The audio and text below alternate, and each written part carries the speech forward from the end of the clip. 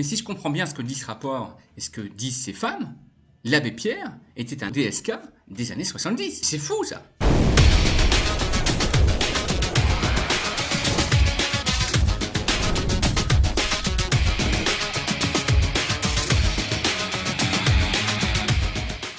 Allez, salut à tous les amis, c'est Ami Négociateur. J'espère que vous allez bien. Je suis très heureux et très content de vous retrouver sur ma chaîne YouTube pour une nouvelle vidéo. Aujourd'hui les amis, je voudrais vous parler de l'abbé Pierre avec les nombreuses accusations d'agression et comportements un petit peu équivoques. J'ai le rapport d'enquête officiel en pièce jointe, ici présent. On va le lire ensemble et je vais vous le lire et je vais vous le résumer. Et j'ai également d'autres sources pour un petit peu étayer et essayer de comprendre cette histoire. Alors, petite précaution d'usage, cette vidéo n'aura pas pour but de prendre parti soit pour l'abbé Pierre, soit contre l'abbé Pierre, soit pour les plaignantes, soit contre les plaignantes. Cette vidéo n'a que pour unique but d'essayer de comprendre les dessous de cette histoire, d'essayer d'analyser les faits rapportés dans le rapport d'enquête qu'on va lire ensemble, essayer d'un petit peu de se projeter dans les années 70, 80, 90 pour des faits qui auraient été commis par l'abbé Pierre. Je dis bien qui auraient été commis. Bien évidemment, en termes de précaution, il va de soi que la présomption d'innocence est à mettre en avant par rapport à l'abbé Pierre. Comme d'habitude, avant de démarrer la vidéo, je vous rappelle les deux moyens pour soutenir la chaîne Ami Négociateur TV. Le premier moyen, c'est le lien PayPal. Je vous mets le lien dans la description de cette vidéo, un petit peu plus bas. Chacun peut verser ce qu'il veut sur la cagnotte PayPal. Il n'y a aucune commission. Et le deuxième moyen, c'est de cliquer sur le bouton rejoindre. Ça vous permettra d'accéder à plus de 270 vidéos privées censurées non diffusées. Ça vous permettra également de me soutenir, mais également d'avoir en contrepartie plusieurs avantages YouTube, notamment des avantages dans les lives en direct, dans les chats et dans les commentaires. Je vous souhaite une bonne vidéo.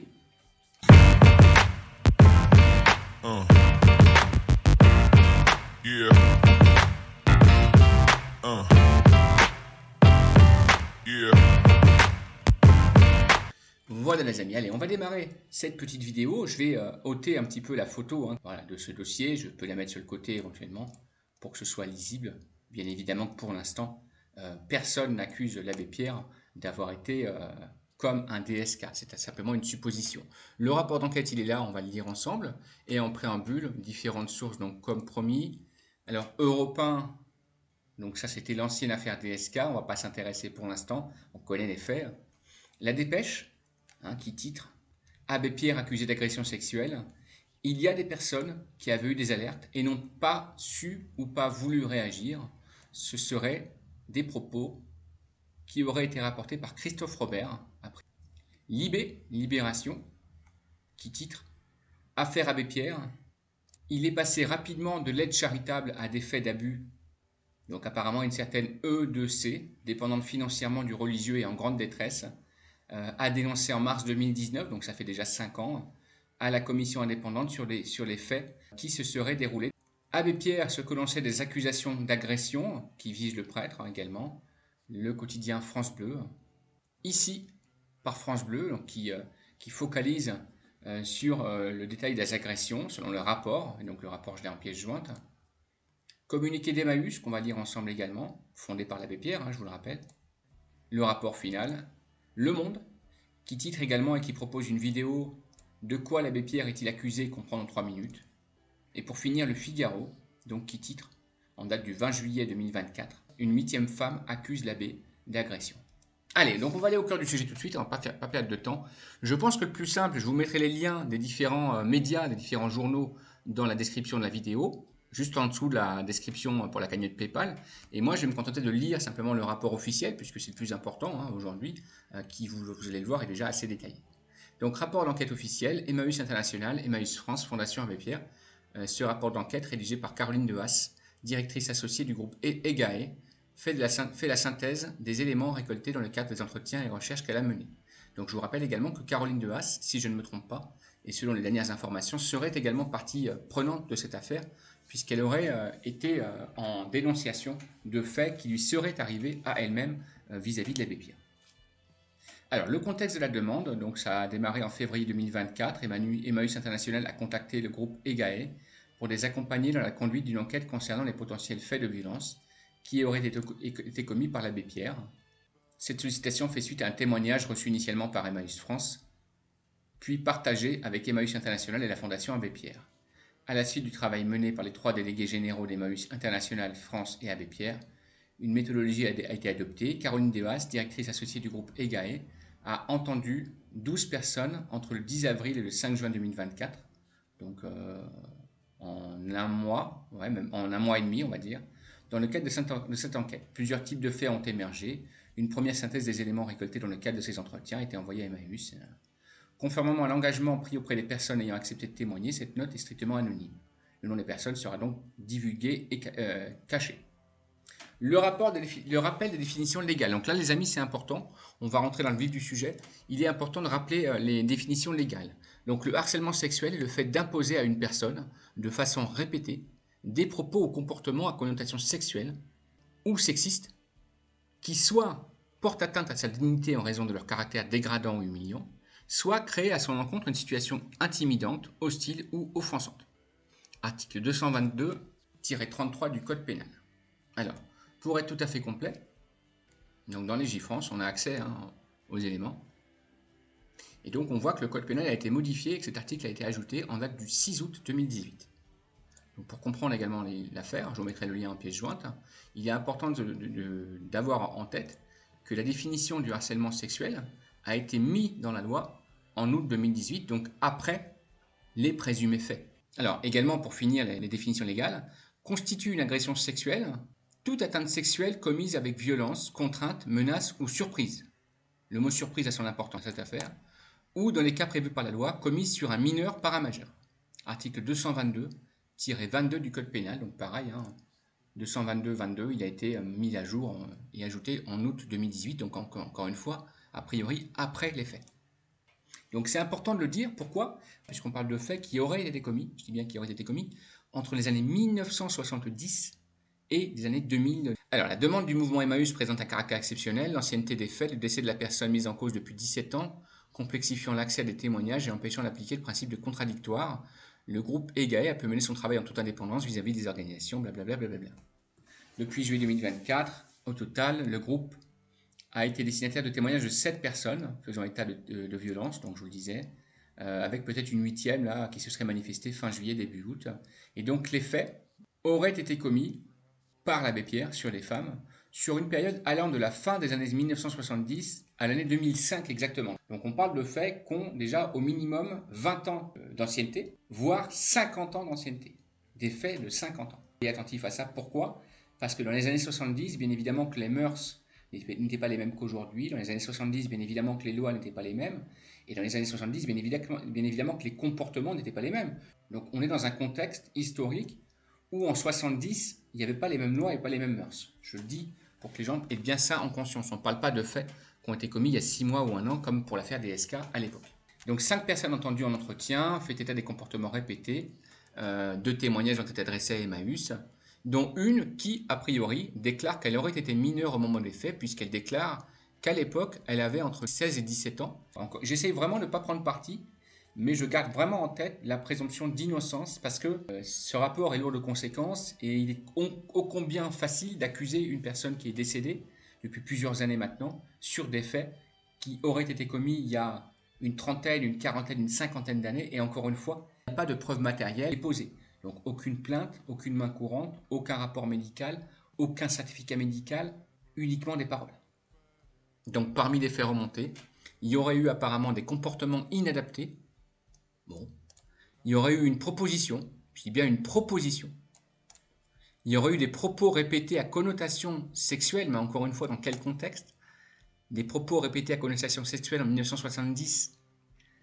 Malheureusement, moi j'étais pas encore né, je suis né en 76, mais j'ai l'impression que c'était un petit peu le lot commun. En 70, on était dans une civilisation où les hommes s'exprimaient de manière plus vulgaire vis-à-vis des femmes. Est-ce que pour autant, à l'époque, c'était légal ? Oui. Est-ce que la loi qui a été faite en 2018 peut revenir sur des faits qui auraient été commis en 1970 ? J'ai quand même l'impression que c'est un petit peu tiré fort sur la corde. Des tentatives de contact physique, je dis bien des tentatives de contact physique, on ne parle pas de contact avéré, mais de tentatives uniquement. Et, par contre, apparemment, il y a des accusations sur des contacts avérés qui auraient été réalisé, non sollicité. Une des personnes entendues fait état de difficultés psychologiques qui ont duré toute sa vie. Au moins 5 personnes supplémentaires ont été identifiées comme ayant pu subir des faits. Comportement inadapté. L'enquête. L'enquête menée par le groupe EGAE fait ressortir plusieurs éléments. 7 personnes ont été identifiées comme décrivant, comme avançant, ayant subi des violences de la part de la BPR. Encore une fois, on parle de violences psychologiques présumées, d'accord, d'accusation de violences psychologiques, en aucune façon de violence physique. Au moins 5 personnes supplémentaires ont été identifiées comme ayant indiqué subir des faits de violence également, mais encore une fois, on parle de violence psychologique. Donc, comment définir une violence psychologique quand il y a 50 ans de retard? Encore une fois, la loi des années 70 n'est pas la même que celle des années 2024. Et plusieurs personnes étaient informées que l'abbé Pierre avait un comportement inadapté.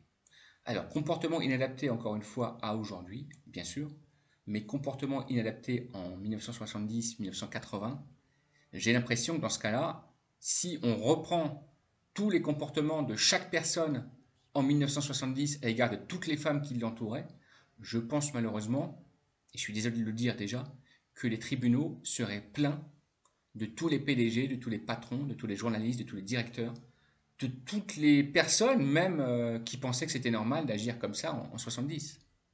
C'est voilà, c'est délicat de prendre parti et j'essaie de ne pas prendre parti, mais on ne peut pas quand même s'empêcher, et je ne peux pas m'empêcher d'affirmer que les mœurs et les lois des années 70 n'étaient pas les mêmes qu'aujourd'hui.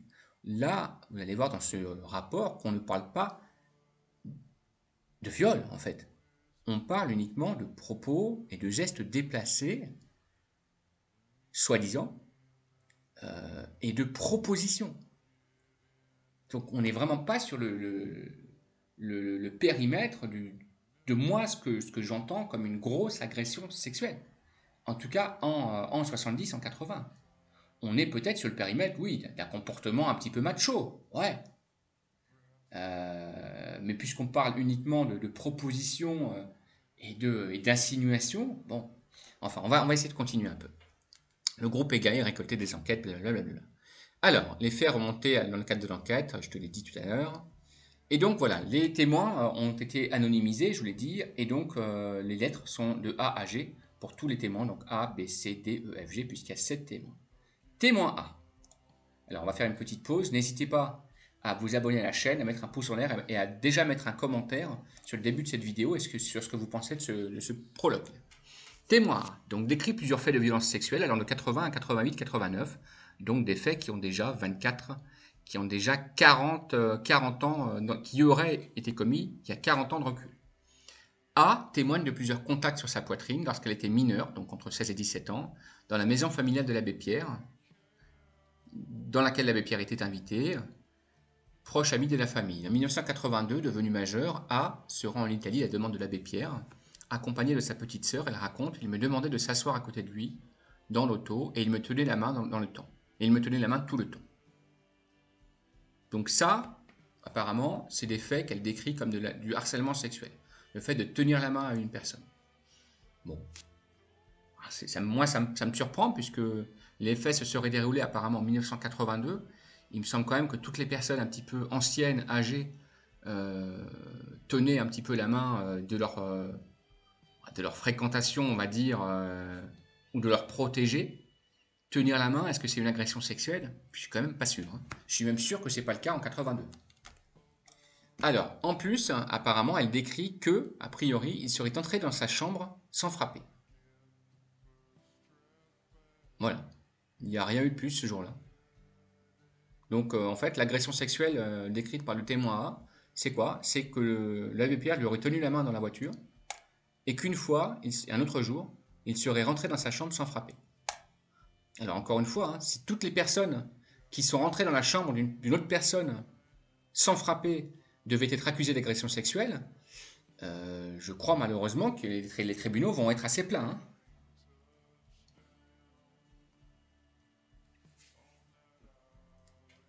Alors, lundi soir, alors ça, encore une fois, on parle au conditionnel, au moment de dire au revoir, soi-disant, il aurait introduit sa langue dans la bouche de la personne, d'une façon brutale et totalement inattendue. Bon. Que penser de ce témoignage moi, ça me paraît quand même surprenant. Ça me paraît diamétralement opposé au fait de tenir la main. Bizarre. A revu l'abbé Pierre en 88 et 89 à Mulhouse. Elle explique qu'il avait demandé à la voir lors d'un trajet en Suisse. Elle avait dû aller le chercher à l'hôtel.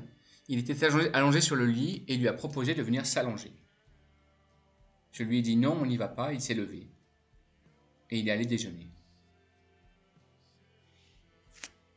Bon, encore une fois, ok. Est-ce qu'en 88, le fait de proposer à une personne de s'allonger sur le lit dans une chambre d'hôtel, c'est forcément une agression sexuelle? On parle d'un curé, hein. Pour moi, l'agression sexuelle, c'est autre chose quand même, hein. Enfin bon, je ne sais pas ce que vous en pensez, mettez-moi dans les commentaires si de ce que vous lisez là, pour vous, c'est caractérisé par une grosse agression sexuelle, quoi. Ok, bon bref. En 2003, donc plus récent, A rencontré l'abbé Pierre, accompagné de son père. Elle a eu un entretien avec l'abbé Pierre. Il lui a lu un texte racontant ce qu'il lui avait fait subir. A raconte que l'abbé Pierre a pris le texte et l'a mis dans sa déchiqueteuse. L'abbé Pierre a fini par s'excuser à la demande de A. Donc en plus, il s'est excusé de lui avoir pris la main et de lui avoir, si les faits sont avérés, hein, et de lui avoir quoi?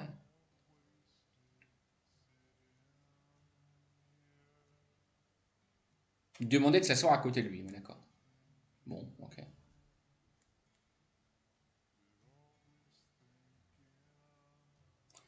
Bon, ce premier témoignage, pour moi, il est un petit peu facétieux, anecdotique, extravagant. Je ne comprends pas, en fait, comment on peut accuser une personne d'agression sexuelle et de harcèlement sexuel uniquement sur le fait de prendre la main dans la voiture.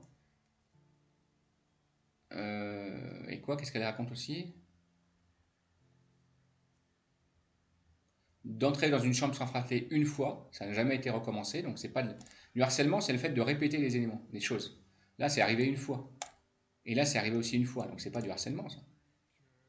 Et ça, cette supposition-là, le fait d'introduire la langue dans la bouche, ça me surprend quand même beaucoup. Enfin, je sais pas, c'est bizarre. Déjà, c'est pas le même contexte, quoi. Ça dénote pas du personnage, quoi. Tu vois ce que je veux dire ou pas? Bon. Pour moi, ce témoignage-là, moi, je le crois pas. Je vous dis la vérité. Témoignage B. B témoigne avoir subi un contact sur ses seins à la fin des années 70, donc encore une fois des faits qui ont 55 ans d'ancienneté, commis soi-disant par une personne mais qui est décédée depuis 7 ans, et une tentative de contact en 92. Encore une fois, aucune plainte n'a été déposée, aucun certificat médical n'est joint au rapport, aucune expertise médicale ou psychologique ou entrée à l'hôpital ou aux urgences n'est jointe au rapport. Aucune main courante n'est jointe au rapport, aucune plainte n'a été déposée, ni main courante, ni rien du tout en fait. C'est uniquement des faits qui sont répétés de bouche à oreille, là, tout d'un coup. Et donc B raconte également qu'entre 77 et 80, au pied de l'escalier, à l'endroit du type clos, sas, alors que l'abbé Pierre et elle échangeaient quelques mots, il s'est mis à lui tripoter le sein gauche. Ok. En 92, B aurait subi apparemment à nouveau un comportement à connotation sexuelle dans le bureau. Il a essayé de m'attirer le long du mur à côté de la porte-fenêtre et je lui dis non. Alors, en fait, ce qui me gêne avec cette partie de témoignage qui soi-disant serait retranscrit officiellement, c'est qu'en fait c'est très très vague. Qu'est-ce qu'on entend par il a essayé de m'attirer le long du mur? Est-ce qu'on entend que la personne lui aurait pris la main pour la tirer ou la pousser? Est-ce que c'est juste avec la parole qu'il a attiré son attention? Est-ce qu'il a juste appelé oralement, lui dire viens voir ici? C'est très ambigu. Pour moi, ça, c'est pas un témoignage précis, en fait. Ça, c'est trop vague pour être un témoignage. Essayer d'attirer quelqu'un, ça veut tout dire et rien dire, en fait. Je sais pas, mettez-moi dans les commentaires si vous pensez comme moi, mais essayer d'attirer quelqu'un, c'est pas une accusation solide, quoi. C'est beaucoup trop vague, ça veut rien dire, en fait. Apparemment, il lui aurait dit j'en ai besoin. Okay, j'en ai besoin de quoi? Encore une fois, on ne sait pas. C'est toujours le même problème avec ces accusations de harcèlement qui datent de 50 ans en arrière. C'est super vague. C'est des faits qui sortent d'un chapeau 45 ans plus tard.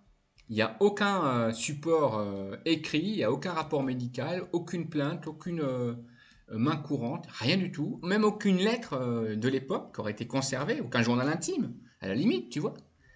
Ça sort d'un chapeau et on devrait croire ces personnes sur parole, quoi. Alors, bien évidemment, hein, qu'il faut croire également ce que disent les présumées victimes de harcèlement sexuel et de viol. Enfin, là, on ne parle pas de viol, quoi. Là, on parle d'accusation de comportement ambigu. En fait, c'est ça l'affaire. L'affaire, pour l'instant, ce que j'en vois, moi, c'est du vent. C'est du vent. Mis à part, effectivement, les faits d'avoir touché les seins qui sont exposés, s'ils sont avérés, il faudrait les prouver. En fait, sinon, tout le monde peut dire, bah oui, tiens, telle personne, en 1970, il m'a touché les seins. Mais c'est trop facile, en fait. À mon avis, c'est ça. C'est trop facile d'accuser des gens comme ça 50 ans plus tard. Le mec, il est mort. T'as aucune preuve, t'as rien, t'as pas d'écrit, t'as pas de témoignage. Ok, moi je vais dire, bah tiens, en fait, je me rappelle, Mitterrand, là, il m'avait touché les seins il y a 50 ans. Je vous l'avais pas dit, au fait, je viens de me rappeler ce matin. Tu vois ce que je veux te dire? Est-ce que c'est pas trop facile à un moment donné? Alors, on ne parle pas du viol, encore une fois, hein. Sur le viol, moi, j'insiste pour qu'il y ait une irrévocabilité et qu'il n'y ait jamais de prescription.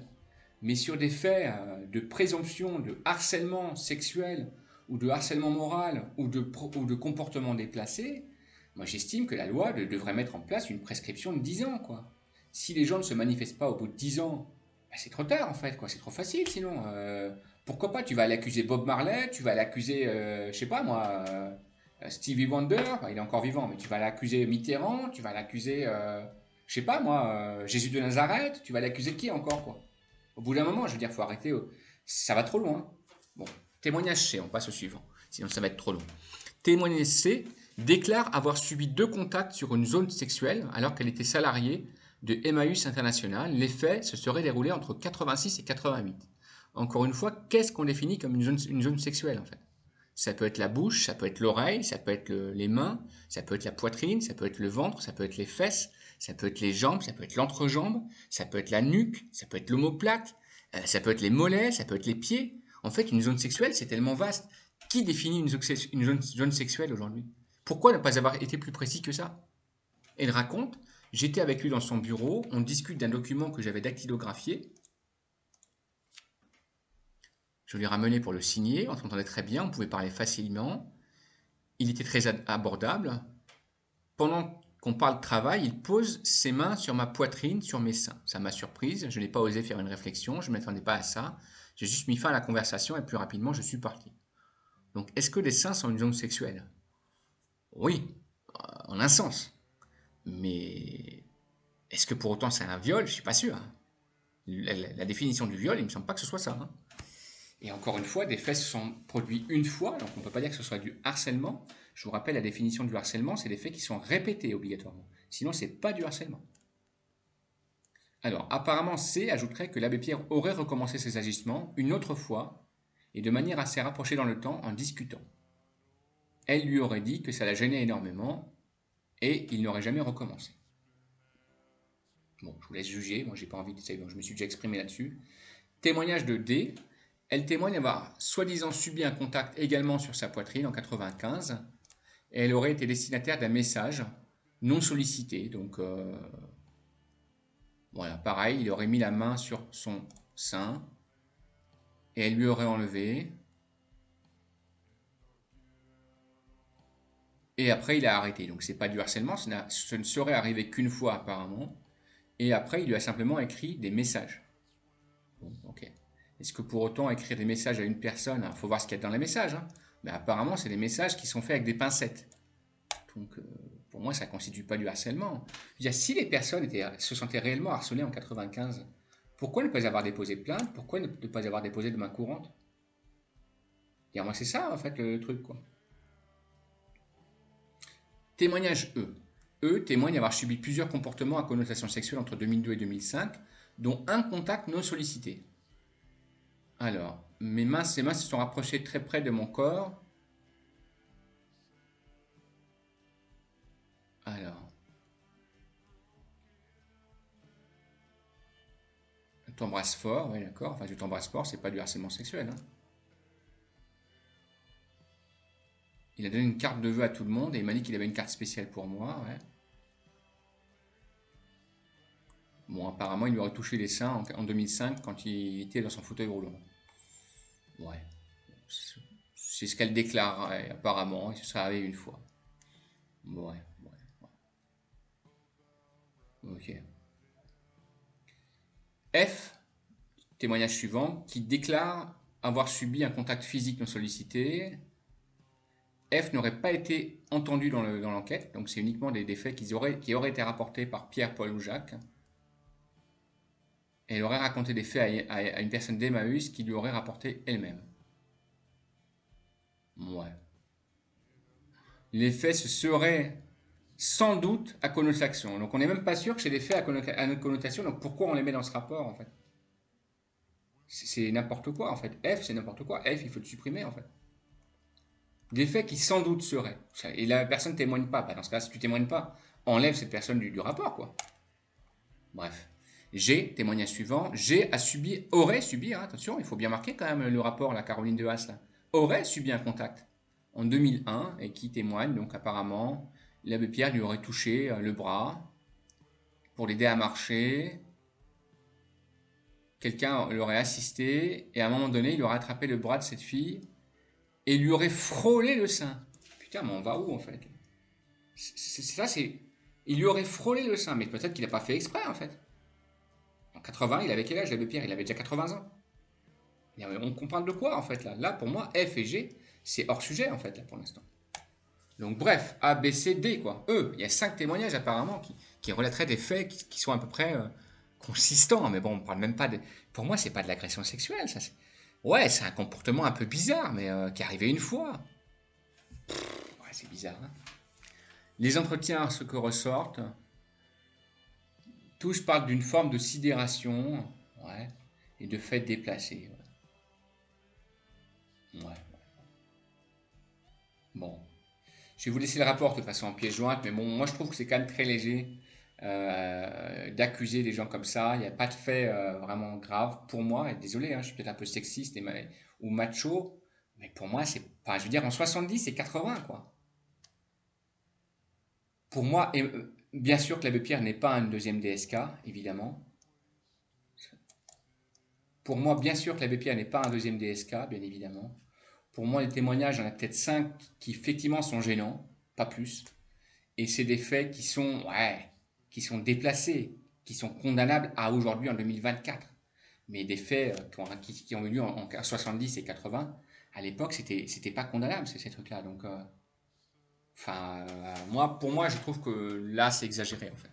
Encore une fois, sans aucune preuve matérielle, sans aucun dépôt de plainte, aucune main courante, aucun rapport médical, aucun certificat médical, aucun extrait de journal intime, aucun courrier, aucune photo, aucun témoignage qui confirmerait le premier témoignage de témoin oculaire. Enfin, je veux dire, c'est tellement facile, quoi. C'est tellement facile. Donc moi, mes amis, pour l'instant, à ce que j'ai lu, hein, de ce que j'ai lu encore une fois, hein, mon opinion est faite. Pour moi, tout ça, c'est pas solide. Et pour moi, il n'y a pas matière à poursuivre l'abbé Pierre, même par contumace, puisqu'il est décédé, pour des faits d'agression sexuelle ou de harcèlement sexuel. Pour moi, tout ça, c'est pas assez solide. Voilà. Dites-moi dans les commentaires, bien évidemment, hein, ce que vous en pensez. Si vous pensez que peut-être j'ai été trop léger dans mon jugement, si vous êtes d'accord avec moi ou si vous n'êtes pas d'accord avec moi, vous avez le droit de le dire aussi. Merci les amis, salut les négociateurs.